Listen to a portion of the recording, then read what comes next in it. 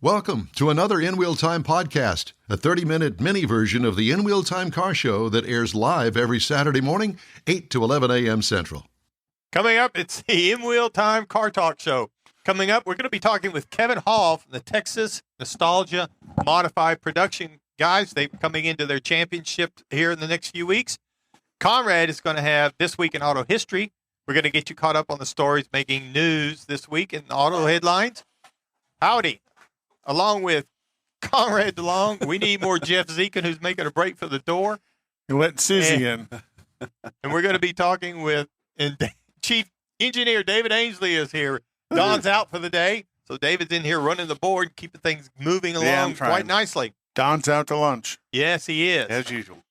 So we're going to move right on in here and talk with Kevin about the Texas Nostalgia Modified Production. Kevin, how are you doing? How you doing, sir? We're doing good. We're doing really good. How's life on the clutch?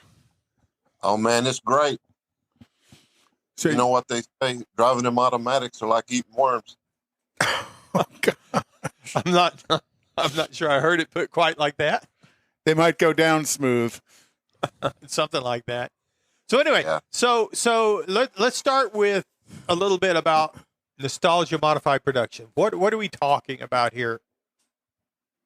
Well, in our rules, Mr. Mars, it's got to be a 79 or older car. You got to leave off the clutch. You got to shift it manually. They're all small block cars. Most of the guys are running anywhere from 292 cubic inch up to 331 cubic inch. Leaving the start line about 10,000 RPM, crossing the other end at between 10.5 and 11,000. Wow. And you're buzzing them things. Yes, sir. So what kind of cars are we talking about, that we can see if we come out here and watch? Yes, sir. We have a little bit of everything. Matter of fact, we even got a couple of Volkswagens. The Volkswagens won a couple of races already this year, and they're in the points chase. We got a Chevy 2 in our class. We got a Monza. We got a couple of Camaros, a few Corvettes, even got a Ford in there. A little bit of everything. It's a mixture, and they're all hard-running cars. In the eighth of mile, you can see anywhere from a 550 to a mid-6 run on a small block 265 over 60 cubic inch motor. Is that's getting it pretty good. Yeah, absolutely. So you get the calculus for the class is cubic inch by weight, correct? That's the way the class was set up. The way we do it, because a lot of the tracks that we go to now, they don't have scales or a pump to pump cubic inch, so we run off the index, and each class has an index that you claim the class that you want to run, and if you run under the index, then you break out. So what has given the Volkswagens not necessarily their advantage, but their wins this year? Is it that index that they're running in, that they've learned how to get right on the index, or is it the weight to engine size ratio? I think they're cheating. No, No, nobody in drag racing would cheat, would they? No, you know what they say, right? It's not cheating until you get caught. Then when you get caught, you just keep denying it. There you go. Those guys, the Volkswagens, James Brickey won, and Bubba Clifton have both won. And both those guys are really good. They're close to their dial-ins, but what's really amazing, our points leader, Freddie Joyner, he's got a Camaro. If you go on our website and look, it's the white and purple Camaro that says Maven Realty on the door. He claims G-Modified Production as his index, which is a 689. And every race we've been to, he's run 689 to 690s, pass after pass after pass. And the Volkswagens are right there with him. The Rollo brothers, Matt Thomas, all those guys in our class they're within 1/1000, 2/1000 of a second on their index every pass with no computers. We don't have any grids. We don't have any downloadable programmable computers on these cars like other cars do that run in their dial-in. and we're running right there, right on our dial. So it's pretty amazing. Well, and that's what makes what you guys do so special, because it is purely about the driver and the driver's ability to get what he needs to out of the car. You know, it's not a matter of dialing it in and say, oh, when I let go of the button, I want to run this fast at this amount of time, and the car is going to make the tune to it. This guy has to be clean on the light as well as clean on the foot and shifting all of that at the same time. To get clean on the time. Right, to get the right time. You know, it's very much a driver's show versus a car show.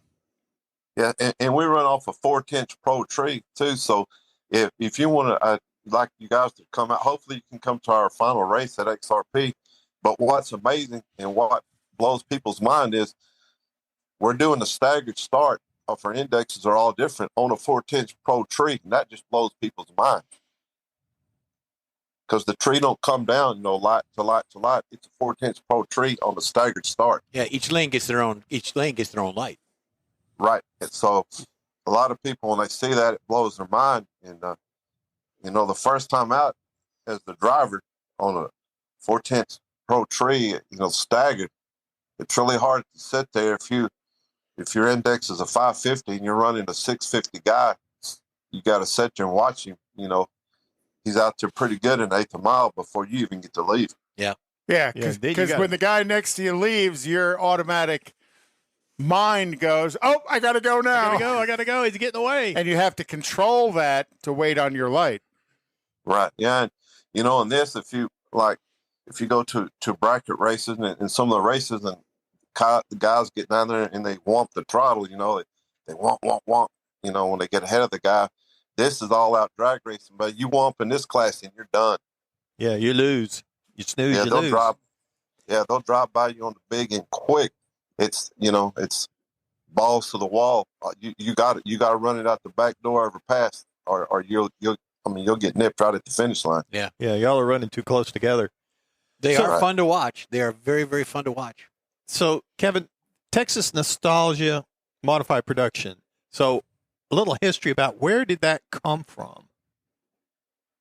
It came from we run under the umbrella of the Texas Drag Racing Association and the Nostalgia Superstock, and these guys, a lot of the guys that run with us, the Rollo brothers, Eddie Conrad, which was he held the F modified record back in the 60s and 70s. A lot of these guys were running the same cars they ran back then. And we wanted to bring the class back. You're talking about they were running with NHRA. That's where Eddie was holding the class, whole record holder and stuff. And right. So, yes, sir. They were with the NHRA. And back then, you know, there was IHRA and AHRA. AHRA was a big factor in that too, and they ran a little bit of all of them. And we wanted to bring the class back and the cars back because the drag racing world kind of got away from the standard shift cars and what really started in grassroots of this. And that's what we're trying to do. Right.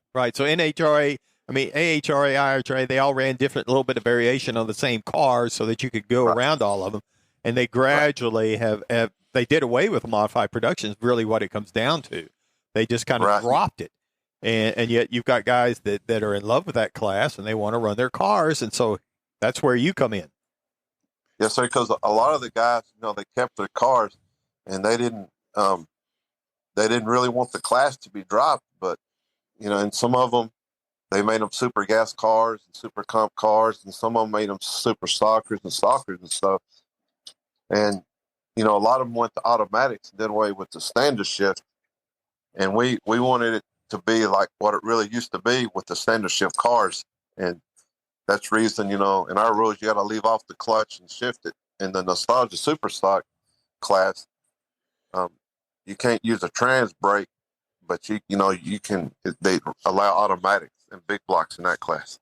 Right. But you guys, a lot of your stuff, because looking at the pictures on your Facebook page and stuff, you guys leave wheels up quite often. Yes, sir. So you know, you lay everything on the rear tire.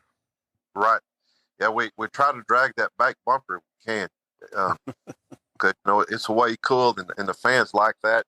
And what's crazy, when they call modified production to the staging lanes, and when we pull up, to make our passes, people, you can watch people out of the car. People literally run to the fence and to the stands just to hear them, those high winding small blocks. It blows their mind that we're shifting at 10, 10, 5, 11,000 RPM. Plus the fun of watching you leave wheels up. That's always something, people who go to the drag races, they love watching cars pull wheelies, safe wheelies, but wheelies nonetheless. Right. Yeah. They like that. That's what they come to see. And that's what brings people in the stands. They like excitement. They like the wheels up. They like the high ribbon motors. And two, they come down in the pits, and they'll talk and visit with you. And it really amazes them because, in the past, a lot of, drag racing went to automatics and computers and stuff. And to see standard shift cars, it brings them back, like in time. And that it brings even the younger kids, like the Fast and Furious top cars, the rice burners and stuff. Even they're getting into this stuff because it's way cool to them, Well, I think that's the thing. Like you say, you go through the pits. You can go up to a pro team, funny car, top fuel, whatever, and see, they're putting out 10,000 plus horsepower, and they've got all this stuff going on around there. And then, like you say, you can come over here to the modified production guys, and it's a lot more relatable. I can look under the hood, and you got a small block Chevy under there, and I understand basically what that is. I may not understand what all you've done to it, but I understand that, and I know how to shift a 4-speed. And it just, in this day and age, there's a lot of people that don't know how to do that anymore. No. Right. That's why they make automatics. It's and it's crazy that when they ask you the horsepower, and you got small blocks, 800-900 horsepower with a 292 cubic inch motor, that really blows their mind. Right. And the 8 to 10,000 RPM, just, you wind one up that tight, you just wait for it to come through the hood. Right. Yeah. Or the bell housing that comes with the floorboard, one or the other. One or the other. Yeah. Drop the drive shaft out in the middle of things. So right. The series we're talking about, so the season's winding down. You got one more race before the championship. Yes, sir. We have Wichita Falls is going to be on the 16th of September. And then we go to XRP in Ferris, Texas, is our final points race. And the points right now are really, really close. Freddie Joyner is in first place. Gary Rollo's in second. There's about 32 points that separates them. And then the Volkswagen, the pesky little Volkswagen, he's in third place. He keeps hovering around. And Matt Thomas in his 56 Corvette, and Larry Rollo. The top five, any one of those, the top five can win the championship. And Roy Robinson, he's one of the class sponsor. He's paying the top three in points. He's from Performance Drywall.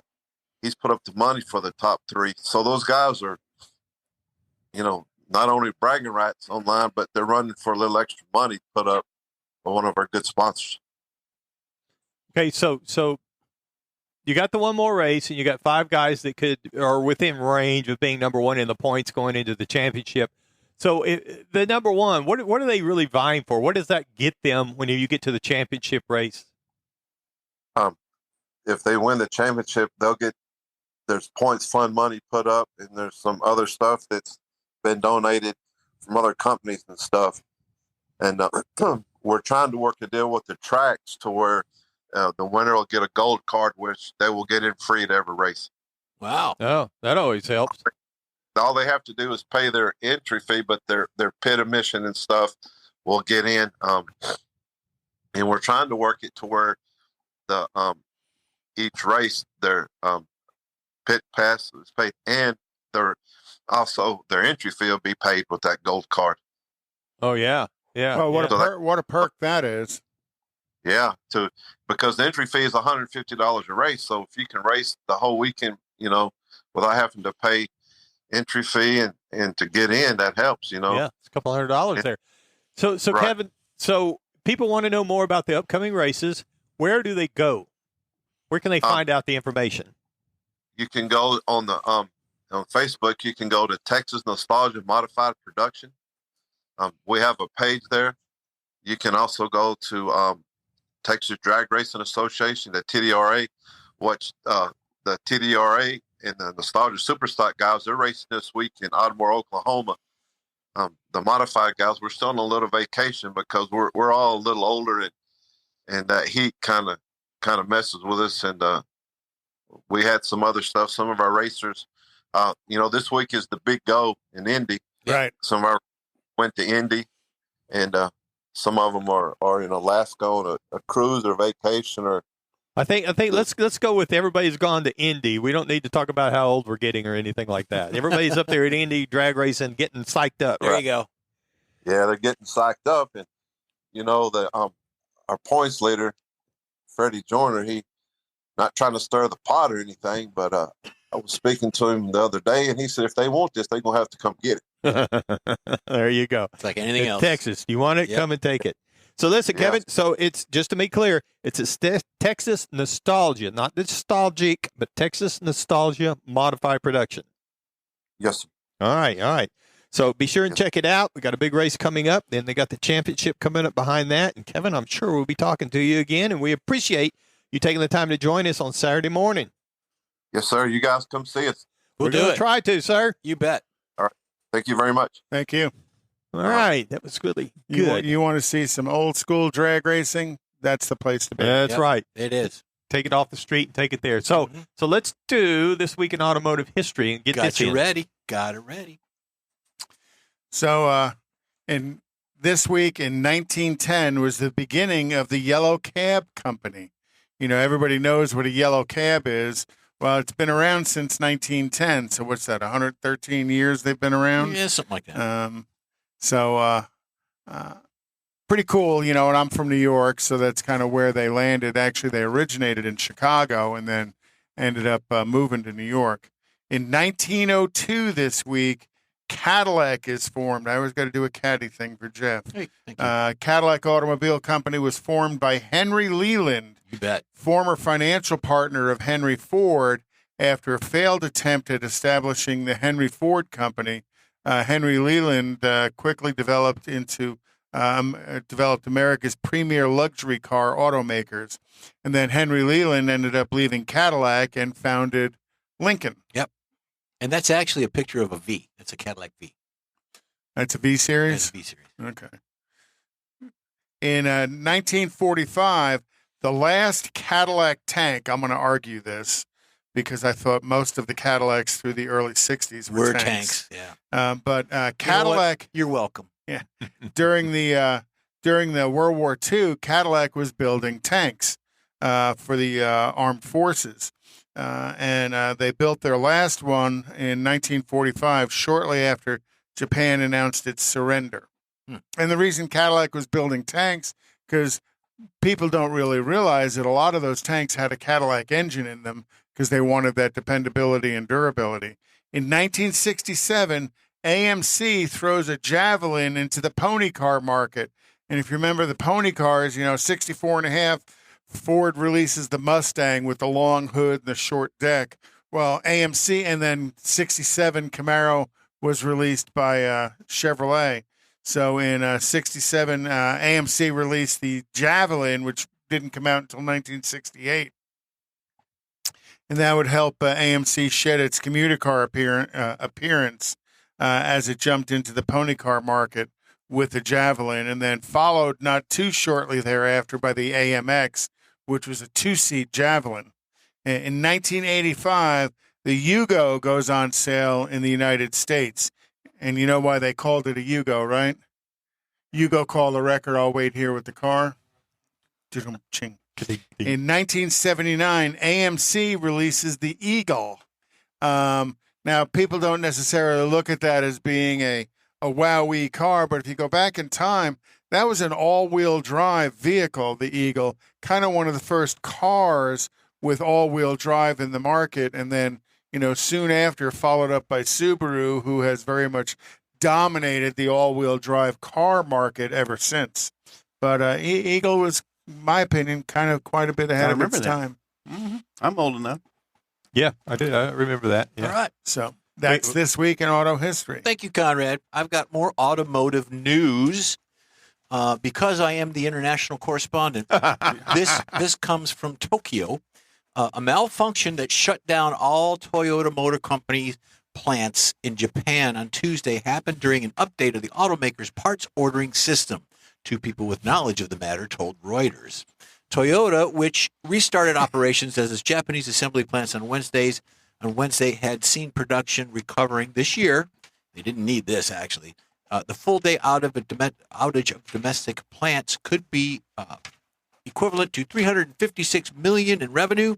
Reuters calculations based on output data and financial reporting. And have both of those two people disappeared yet? I don't know. This one comes from Kia. Kia America is recalling more than 319,000 cars in the U.S. because the trunk latch might become damaged, preventing the truck from being opened from the inside. So the Jimmy Hoffa switch doesn't work, right? Protect your mother-in-law. The recall covers the 2016-2017 Rio Subcompact, and the 2008 A16 to 18 Optima, and the 17 to 18 Optima Hybrid, and plug-in hybrid mid-size sedans. Here's an interesting one. The Dodge Charger SRT Hellcat muscle car is more than 60 times likely to be stolen as the average 20 model or 22 model of the same vehicle, topping all other vehicles in a study released this past week by the Highway Loss Data Institute. Dodge Charger and Challenger models with large engines frequently top the group's annual list. The rate at which the Charger SRT Hellcat is stolen is spiking. So there you go. All right. Thank you, sir. Time now for a quick break, but we'll be right back. You're on the In Wheel Time Car Show on iHeartRadio. Woo-hoo. The original group of Lupi Tortilla restaurants will have you telling your family and friends just what the original recipes mean when it comes to the best fajitas in Southeast Texas. Founder Stan Holt invites you to visit the original Lupi Tortilla near I-10 and Highway 6. Here's the original house that inspired the design of all the rest and the original charm that helped make Lupi Tortilla the go-to destination for Houston Tex-Mex. Speaking of original, nothing can compete with the original lime pepper marinade that everyone will agree makes Lupi Tortilla award-winning beef fajitas the best anywhere. Lupi Tortilla Katy is another location that gives you the same quality and service Houstonians have come to expect at Lupi's. It's located just off I-10 and the Grand Parkway at Kingsland Boulevard in Katy. Find yourself in Aggie Land? Head to the Lupi Tortilla in College Station, located just around the corner from Kyle Field. It's a great place to enjoy those famous frozen margaritas before or after the game. Headed east to Louisiana, stop in at the Lupi Tortilla in Beaumont. It too's on I-10. You can't miss it. The original group of Lupi Tortilla restaurants invites you in for the best Tex-Mex anywhere. You own a car you love. Well, why not let Gulf Coast Auto Shield protect it? Houstonian John Gray invites you to his state-of-the-art facility to introduce you to his specialist team of auto enthusiasts. We promise you'll be impressed. Whether you're looking to massage your original paint to a like-new appearance, apply a ceramic coating, install a paint protection film, nano-ceramic window tint, or new windshield protection called ExoShield, Gulf Coast Auto Shield is where Houston's car people go. Curbed your wheels? Instead of buying new, why not have them repaired? How about a professionally installed radar detector? Gulf Coast Auto Shield does that too.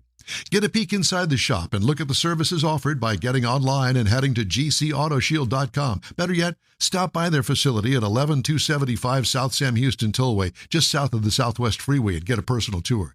Gulf Coast Auto Shield is your place to go for all things exterior. Call them today, 832-930-5655 or gcautoshield.com. The award-winning In Wheel Time Car Talk Show is available on the most popular podcast channels out there in 30-minute episodes. We realize our 3-hour live show can be difficult to catch in its entirety, so now you can listen every day to a convenient, fresh 30-minute episode. Check us out on Apple Podcasts, Spotify, Google Podcasts, Amazon Music, and Audible, along with a dozen more. In Wheel Time has the most informative automotive guest interviews and new car reviews, along with popular features including Conrad's Car Clinic and This Week in Auto History, along with automotive news headlines. Our live broadcast airs every Saturday, 8 to 11 Central on InWheelTime.com, the iHeart app, and on YouTube. Be sure to say hello when we're broadcasting from the Tailpipes and Tacos Cruise In, Autorama, and the Houston Auto Show, among others. Now, it's easier than ever to hear about all things automotive all week long. You're invited to join fellow car enthusiasts in becoming part of the ever-growing In Wheel Time Car Talk family. Don't forget those 30-minute podcast episodes on your favorite podcast channel. All right. Woohoo. Well, we want to thank everybody for showing up today and watching. We appreciate you giving us a little bit of your time on Saturday mornings.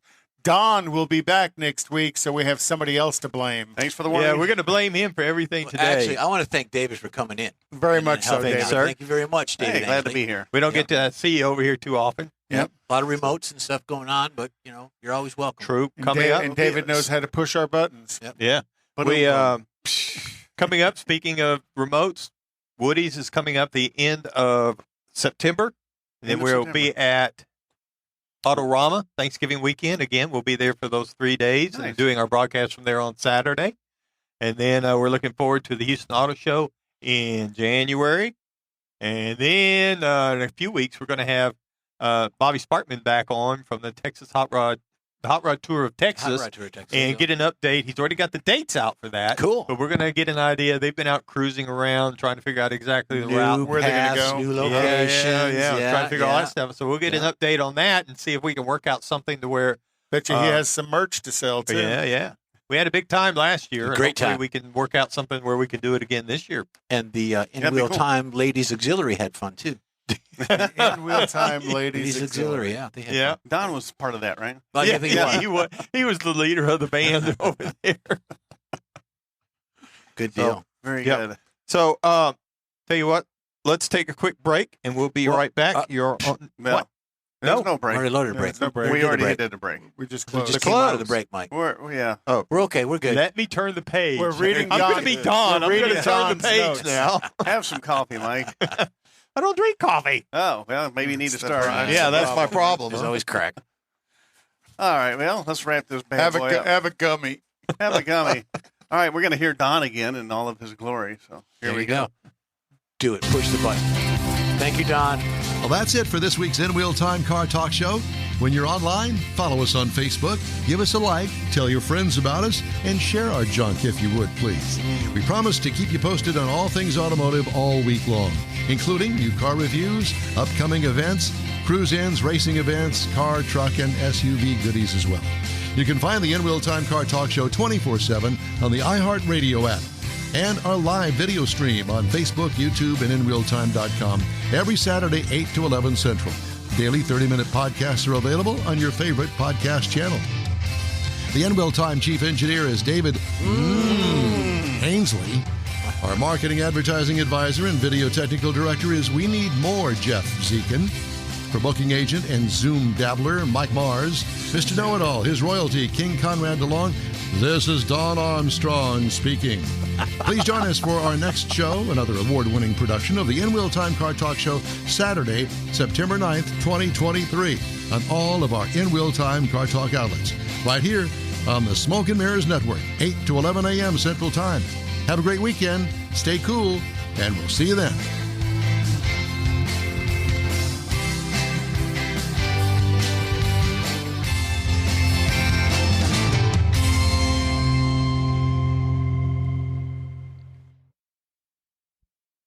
It won't go off. That's it for this podcast episode of the In Wheel Time Car Show. I'm Don Armstrong, inviting you to join us for our live show every Saturday morning, 8 to 11 a.m. Central on Facebook, YouTube, Twitch, and our InWheelTime.com website.